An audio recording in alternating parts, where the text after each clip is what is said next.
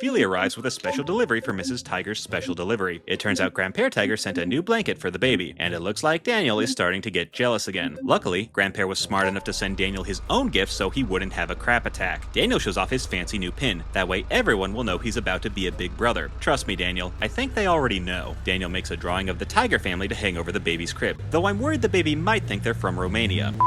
So yeah, there are moments in this segment where Daniel Tiger is on the verge of brattiness, but thankfully, he's able to resolve all his issues in a matter of seconds, unlike his fellow brats who need multiple episodes just to learn a single lesson. So now let's see if Daniel reverts to his bratty ways once the new baby finally arrives.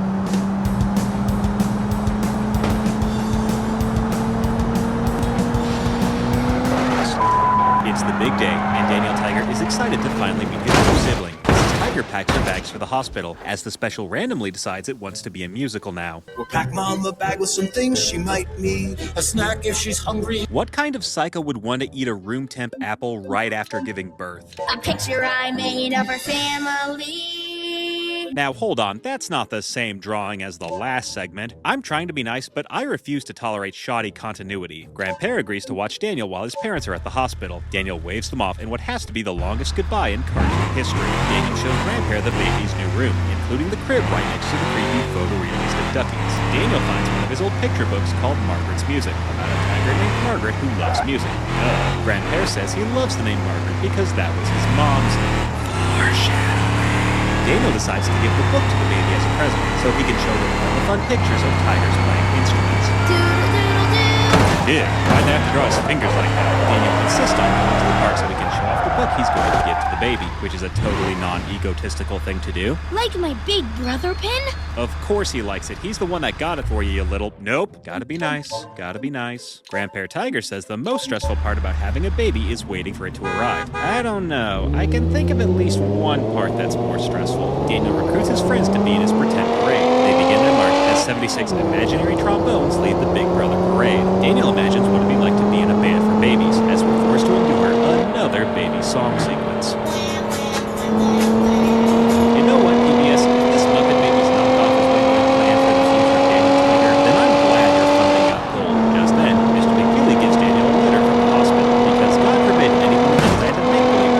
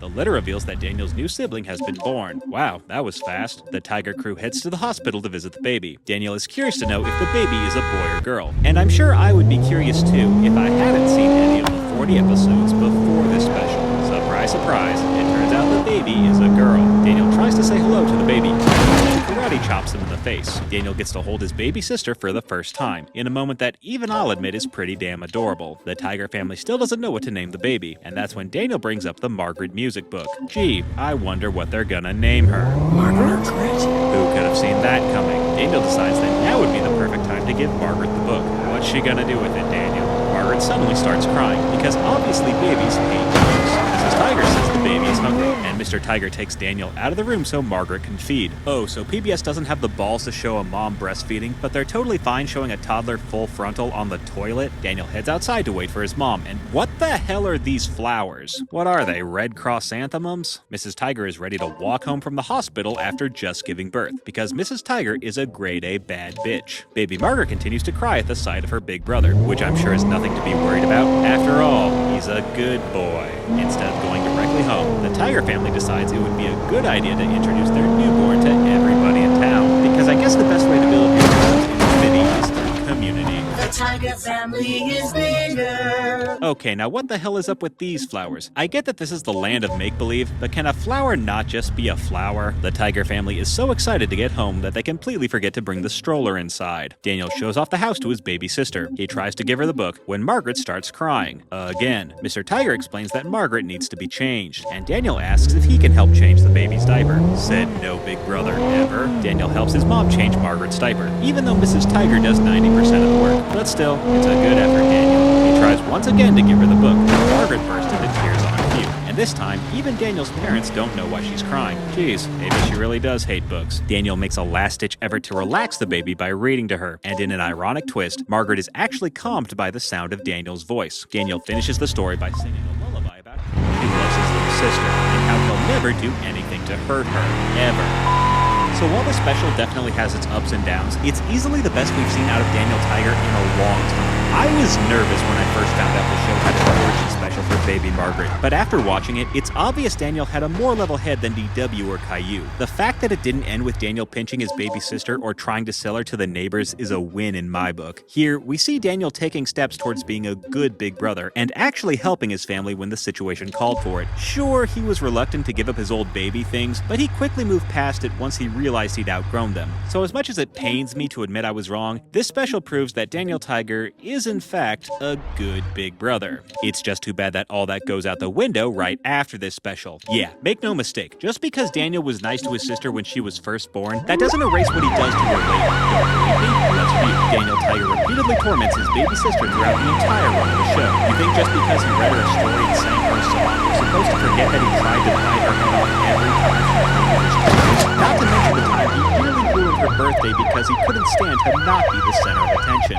Lord only knows what will happen when Margaret gets older and she's able to realize that her big brother is a narcissistic psychopath. And while Daniel might not be as bad as DW or Caillou, that's still a pretty low bar when it comes to standards for big siblings.